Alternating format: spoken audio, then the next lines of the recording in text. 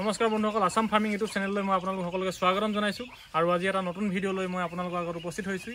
আজি মই এখন ফাৰ্মত আছোঁ। এই ফাৰ্মখনৰ অ'নাৰ হৈছে আমাৰ দেৱকান্ত শইকীয়া দাদা। তেখেতে আজি এবছৰৰ পৰা ব্ৰইলাৰ পালন কৰি আছে আৰু যোৱা বছৰত তেখেতে মানে 14 অক্টোবৰত এবছৰ হৈছে নহয় জানো? সেই এবছৰলৈকে তেখেতে 7টা বেচ বিক্ৰী কৰিছোঁ বুলি জনাইছে আৰু এইটো বেচ 8 নম্বৰ বেচ। তো তেখেতে যে ব্ৰইলাৰ পালন কৰি আছে, কোম্পানীৰ লগত পালন কৰি আছে তেখেতে, প্ৰিমিয়াম কোম্পানীৰ লগত। তো কেনেকুৱা ধৰণৰ বেনিফিট পাইছে, কি সুবিধা অসুবিধা, কিবা কেনেকুৱা ধৰণৰ ইয়াত মানে প্ৰফিটবিলাক কেনেকুৱা আহে, তো প্ৰিমিয়াম কোম্পানীয়ে কেনেকুৱা ধৰণৰ হেল্প কৰে, আমাৰ পৰা নিজৰ কেপিটেল কিমান লাগিব, সেই সকলোখিনি তেখেতৰ মুখেৰে আমি জানিবলৈ চেষ্টা কৰিম আৰু আপোনালোকক জনাবলৈ চেষ্টা কৰিম। আপোনালোকে মোৰ এই ভিডিঅ'টো চাই থাকিব আৰু যদি আপোনালোকে মোৰ এই আসাম ফাৰ্মিং চেনেলটো এতিয়ালৈকে ছাবস্ক্ৰাইব কৰি লোৱা নাই, অনুগ্ৰহ কৰি ছাবস্ক্ৰাইব কৰি ল'ব। আৰু যদি আপোনালোকে মোৰ এই ভিডিঅ'টোৰ পৰা কিবা জানিবলগীয়া কথা আছে বুলি ভাবে, অকণমান হ'লেও মানে উপকৃত হ'ব বুলি ভাবে, তেতিয়াহ'লে আপোনালোকে অনুগ্ৰহ কৰি আপোনালোকৰ বন্ধুবৰ্গৰ লগত যেন মোৰ এই ভিডিঅ'টো শ্বেয়াৰ কৰি দিয়ে। আহক আমি তেখেতৰ পৰা, আমাৰ যিখন ফাৰ্মৰ অ'নাৰ আছে তেখেতৰ পৰা আমি দুআষাৰমান জানিবলৈ চেষ্টা কৰোঁ। আপুনি কিমান দিনৰ পৰা এই ফাৰ্মখন কৰি আছে, ব্ৰইলাৰ ফাৰ্মখন? যোৱা 2022 চনৰ 14 অক্টোবৰৰ পৰা আৰম্ভ কৰিছোঁ। 1822টা পোৱালিৰ কাৰণে দীঘল আছে 100 ফুট, বহল আছে 24 ফুট। 2400 স্কোৱাৰ ফুট তাৰমানে 24 ফুট। কোম্পানীৰ লগত কৰিছোঁ। কোম্পানীটো হৈছে প্ৰিমিয়াম চিক ফিট প্ৰাইভেট লিমিটেড কোম্পানী। তাৰ লগত যোগাযোগ কৰি কোম্পানীৰ আণ্ডাৰতে কৰিছোঁ। কেনেকুৱা ধৰণৰ আপুনি সহায়বিলাক পাইছে, কি ধৰণৰ বস্তু কোম্পানীৰ পৰা? সদ্যহতে প্ৰথম অৱস্থাত হ'ল নিজা খৰচ এটা লাগে, নিজা কেপিটেল এটা, মূলধন এটা লাগে। যিহেতু ঘৰটো তেওঁলোকে নিদিয়ে, ঘৰটো সাজিবৰ কাৰণে সকলো খৰচ পাতি নিজা। তাৰ উপৰিও এই বাচন বৰ্তন দেখিছে নহয়, বাচন বৰ্তনখিনি নিজা হ'ব লাগিব, নিজৰ খৰচত আনিব লাগিব। যাৱতীয় তাৰমানে অতি পালন কৰিবৰ কাৰণে যিখিনি নেটৰ ব্যৱস্থা, বাচন বৰ্তন ব্যৱস্থা, সেইখিনি নিজে যোগান কৰি মাত্ৰ পোহাৰ উপযোগী কৰি তেওঁলোকক দেখাব লাগিব। যেতিয়া তেওঁলোকে আহিব চাবলৈ নিৰ্দিষ্ট সময়ত, তেতিয়া চাই মেলি ক'ব যে পোহাৰ উপযোগী হৈছে আপোনাৰ, গতিকে আপোনাক পোৱালি দিয়া হ'ব আমুক তাৰিখে। তাৰ পোৱালি দিয়াৰ আগমুহূৰ্তত এগ্ৰিমেণ্ট এটা চুক্তি কৰিবগৈ লাগে কোম্পানীৰ লগত। চুক্তি কৰাৰ পাছত তেওঁলোকে নিৰ্দিষ্ট দিনত পোৱালি দিব। তেনেকৈ প্ৰথম আৰম্ভণিতে তেওঁলোকৰ মানুহ লগত আহি চব দেখাই থৈ যাবহি, কেনেকৈ ধৰক কৰিব লাগে, সেইখিনি এটা প্ৰাথমিক জ্ঞান এটা দি থৈ যায় তেওঁলোকে। তাৰ পাছৰ পৰা নিজে আৰু কৰি যাওঁ। কিবা বিশেষ অসুবিধা হ'লে তেওঁলোকক সুধি লওঁ আৰু তেওঁলোকে ডেইলি পৰিদৰ্শন কৰিবলৈ আহে। তেওঁলোকৰ ছুপাৰভাইজাৰ আহে, তেওঁলোকে পৰিদৰ্শন কৰি যায় আৰু তেতিয়াও তেওঁলোকে পৰামৰ্শ দি থৈ যায়। লগতে আমিও কিছুমান তেওঁলোকৰ পৰা নজনা কথা সুধি লওঁ। তেনেকুৱাকৈ চলি আছে আৰু যিহেতু কোম্পানীৰ লগত আপুনি কৰি আছে, তো আপুনি এতিয়ালৈকে 7টা বেচ বিক্ৰী কৰিলোঁ বুলি ক'লে। হয়। তো এই 7টা বেচত আপুনি এভাৰেজ হিচাপত কৈছোঁ দেই, আপুনি এভাৰেজ হিচাপত ক'ব, আপুনি 1 বছৰত কৰিছে আপুনি এই 7টা বেচত আপুনি কিমান টকা মানে এভাৰেজ হিচাপত পালে, মানে প্ৰতি মাহে মানে প্ৰতিটো বেচৰ হিচাপত? এতিয়া প্ৰতিটো বেষ্টত সদায় সমান এটা মূল্য পোৱা নাযায়। তাৰ কাৰণ আছে, কাৰণখিনি মই চমুকৈ কৈ দিছোঁ। এতিয়া ধৰক বজাৰৰ দৰ দাম থাকে, কিছুমান এটা লিমিট থাকে। সেই লিমিটৰ ওপৰত যদি দামটো থাকে, তেতিয়াহ'লে এটা বোনাছ তেওঁলোকে দিয়ে। আৰু মৰ্টেলিটি বুলি কয়, মৃত্যু হয়। মৃত্যুৰ এটা ধৰক পাৰ্চেণ্টেজ আছে। পাৰ্চেণ্টেজতকৈ যদি কমকৈ মৃত্যু হয়, তেতিয়া মই সেই পোৱালি মৰ্টেলিটি ফিজ এটা তেওঁলোকে বোনাছ এটা দিয়ে। ইয়াৰ উপৰিও উৎপাদন ব্যয়, প্ৰডাকশ্যন কষ্ট, ধৰক কিমান খাব লাগে এটা পোৱালীয়ে নিৰ্দিষ্ট সময়লৈকে, বিক্ৰী সময়লৈকে। যদি সিহঁতৰ নিৰিখটো যদি তলত থাকে, কমকৈ খায়, তেতিয়াহ'লে সেই উৎপাদন প্ৰডাকশ্যন বোনাছ এটা দিয়া হয়। গোটেইকেইটা যদি ভালে থাকে, তেতিয়াহ'লে ভাল ৰেট এটা আহে। আৰু কেতিয়াবা ধৰক বেমাৰ আজাৰেও সেই ক্ষতি কৰে, তেতিয়াহ'লে ধৰক ফাৰ্মখন যদি অলপ বেয়া ধৰণলৈ গতি কৰে। ধৰক এতিয়া 7 বেচটোত আপুনি কি বুলি কয় 1200-1300 এনেকুৱাই পুহি আছিলে, এবাৰহে আপুনি ডাঙৰ কৰিছে, 1800 পাইছে। তো সেই 1200-1300 মানে আপোনাৰ মিনিমাম ধৰি লওক কিমান মান এটা বেনিফিট হিচাপত আছিলে মানে পইচাটো? আপুনি যিটো মই 1200 পালন কৰি আছিলোঁ, 1200ত মই ধৰক এভাৰেজ হিচাপে 30,000 টকা ক'ব পাৰি। মিনিমাম 30,000 টকা। মিনিমাম 30,000 টকা পায় মানে ৰিজাল্ট ভাল। আপুনি ৰিজাল্ট ভাল কৰে। আৰু এটা কথা, ৰিজাল্ট যদি ভাল কৰে আপুনি নিশ্চয় মানে বেনিফিটটো পাবই। হয় হয়।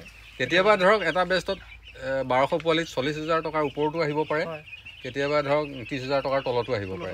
দুইটা মিলাই মিলি ধৰক 30,000 টকা হিচাপে ধৰিছোঁ। এতিয়া কিছুমান ফাৰ্ম দেখিছোঁ, কোম্পানীৰ লগত কৰি থকা ফাৰ্ম কিছুমান।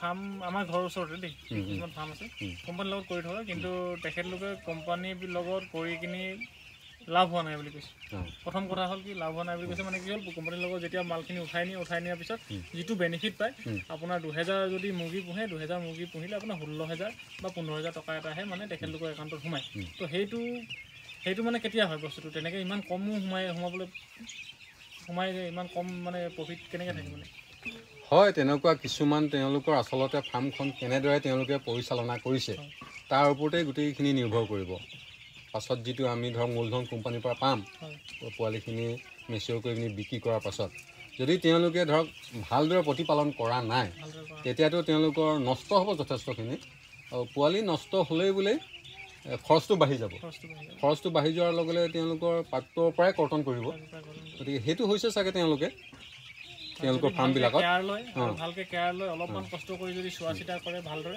আৰু তেতিয়াহ'লে মানে আপোনাৰ ধুনীয়াকৈ এটা ভাল FCR মেইনটেইন কৰিলে ধুনীয়াকৈ আপুনি এটা ভাল বেনিফিট ল'বলৈ মানে পাব মানে 45 দিনত নহয় জানো এতিয়া আপুনি FCR কথাটো কৈছে FCR যিটো ওজন অনুপাতে যিটো FCR আহিব লাগে সেই বস্তুটো যদি মিলি থাকে বা FCRটো যদি তলত থাকে তেতিয়াহ'লে সেইটো ভাল ৰিজাল্ট বুলি ক'ব পাৰি যদি ওজনতকৈ FCRটো ওপৰত যায়গৈ সিহঁতৰ এটা নিৰিখ আছে তেওঁলোকে বুক দিয়ে বুকত যিটো নিৰিখ আছে তাতকৈ যদি আমি তলত FCRটো ৰাখিব পাৰোঁ তেতিয়া আমাৰ কাৰণে ভাল আৰু সেই ৰিজাল্টত ভাল পইচা এটা আহিব যদি FCRটো বেছি হৈ গৈছে তেতিয়াহ'লে পইচা কম হ'ব আৰু সেইটো কি কাৰণে হয় সেই ফাৰ্মখনৰ কি কয় ৰিজাল্টৰ ওপৰত ৰিজাল্ট বেয়া হ'লে FCR বাঢ়ি যাব নিজৰ প্ৰাপ্য অংশ কমি যাব আৰু FCR যদি ভাল থাকে ৰিজাল্ট যদি ভাল হয় তেতিয়াহ'লে প্ৰাপ্য অংশটো বাঢ়ি যাব সেইটোৱে আপুনি যিহেতু মানে 1200 পুহি কিনিয়ে যদি আপুনি এভাৰেজ 30000 পাইছে আপোনাৰ ধৰক FCR মানে সদায় মিটেই থাকে মানে মিট তলতে থাকে নহয় জানো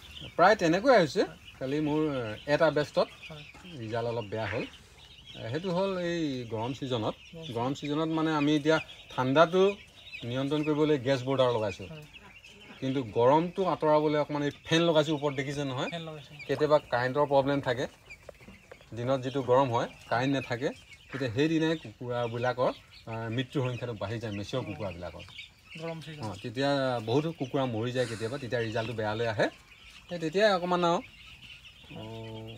ভাল যে আশা কৰা ধৰণে যিটো পাব লাগে সেইটো নাপাওঁ আৰু চাংখন আপোনাৰ দেখিছোঁ তলৰ যিটো মাটিটো হয় সেই মাটিটোত যিহেতু মলবিলাক পৰে সেই মলবিলাক পৰিলে মানে আপোনাৰ এটা খুব গোন্ধ ওলায় মানে তো এই গোন্ধটো আপোনাৰ ইয়াত পাইছেনে গন্ধ হয় সেইটো এতিয়া নাইকিয়া কৰিবৰ কাৰণে কিছুমান ব্যৱস্থা ল'ব লাগিব কিছুমান ব্যৱস্থা মানে ধৰক ইয়াত আজিকালি ৰুলিং ব্যৱস্থা এটা ওলাই আছে কিন্তু মোৰ নাই সেইটো হ'লে বেছি সুবিধা হয় ৰুলিং ব্যৱস্থাটো কিছু ফাৰ্মত এতিয়া মোৰ ৰুলিং নাই মই ইয়াৰ গন্ধমুক্ত কৰিবৰ কাৰণে মই ইয়াৰ তলত পলিথিন বস্তা তেনেকুৱা ধৰণৰ পাৰি দিওঁ যেতিয়া এই বৰ্ডিঙৰ পৰা মুকলি নেটালৈ বস্তুটো নিম পোৱালিখিনি যাব তেতিয়া তাত মল মূত্ৰবোৰ তলত পৰিব তলত পৰিলে মাটিখিনিতো নষ্ট হ'ব আৰু গন্ধ ওলাব তাৰ কাৰণে তলত বস্তা বা এই পলিথিন পাৰি দিওঁ আৰু সেইবোৰ দৈনিক আমি সেইবোৰ ধুই থাকোঁ আঁতৰাই থাকোঁ মল মূত্ৰ আঁতৰাই থাকোঁ তেনেকৈ আমি চফা কৰি ৰাখোঁ গন্ধটো নিয়ন্ত্ৰণ কৰি ৰাখোঁ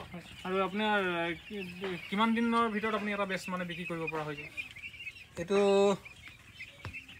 35 দিনৰ পৰা 45 দিনৰ ভিতৰত 35 দিনৰ পৰা 45 দিনৰ ভিতৰত মই ধন্যবাদ জনাইছোঁ প্ৰথম মোৰ আসাম ফাৰ্মিং ইউটিউব চেনেলৰ পৰা কাৰণ আজি যিহেতু ইমান ব্যস্ততাৰ দিনত যিহেতু এতিয়া পথাৰত ধান কাটি আছে তো আপুনি এই সময়খিনিৰ পৰা যে আপুনি মোক ইমানখিনি সময় উলিয়াই দিলে ব্যস্ত সময়ৰ পৰা উলিয়াই দি আপুনি যে আমাক এই এনেধৰণে কি কয় গোটেই সবিশেষখিনি যে আপুনি আমাক জনালে তাৰ কাৰণে মই আপোনাক ধন্যবাদ দিছোঁ আৰু আপুনি এই ফাৰ্মখনৰ পৰা যাতে আপুনি ভৱিষ্যত দিনত অনাগত দিনত যাতে এই ফাৰ্মখনৰ পৰাই অধিক উন্নতি কৰি আৰু যাতে ইয়াতকৈ ডাঙৰ ফাৰ্ম কৰিব পাৰে বা ইয়াৰ পৰা আৰু অধিক মানে উৎপাদন কৰিব পাৰে অধিক মানে লাভৱান হয় তাৰে মই ভগৱানৰ ওচৰত মানে প্ৰাৰ্থনা জনাইছোঁ তেওঁলোকে যে আমাৰ ফাৰ্মলৈ আহি আজি পৰিদৰ্শন কৰি কিছু কথা তেওঁলোকে জানিব বিচাৰিলে মই যি পাৰিছোঁ মোৰ সাধ্য অনুসাৰে মোৰ অভিজ্ঞতাৰ পৰা তেওঁলোকক মই জনালোঁ আৰু এই ফাৰ্মৰ যোগেদি উঠি অহা প্ৰজন্মই এই ফাৰ্ম সুবিধা লৈ তেওঁলোকে নিজকে স্বাৱলম্বী কৰিব পাৰে লগতে ইয়াত তেওঁলোকে কৰ্মচাৰী ৰাখিও আনকো সংস্থাপন দিয়াৰ ব্যৱস্থা এটা কৰিব পাৰে মই এই ফাৰ্মক কোম্পানীবিলাকক মই হেৰি কৰিছোঁ ধন্যবাদ জনাইছোঁ ইয়াৰ যোগেদিয়ে তেওঁলোকে যে ইমান ধুনীয়া ব্যৱস্থা এটা কৰি দিছে সকলোকে ধন্যবাদ জনাইছোঁ মই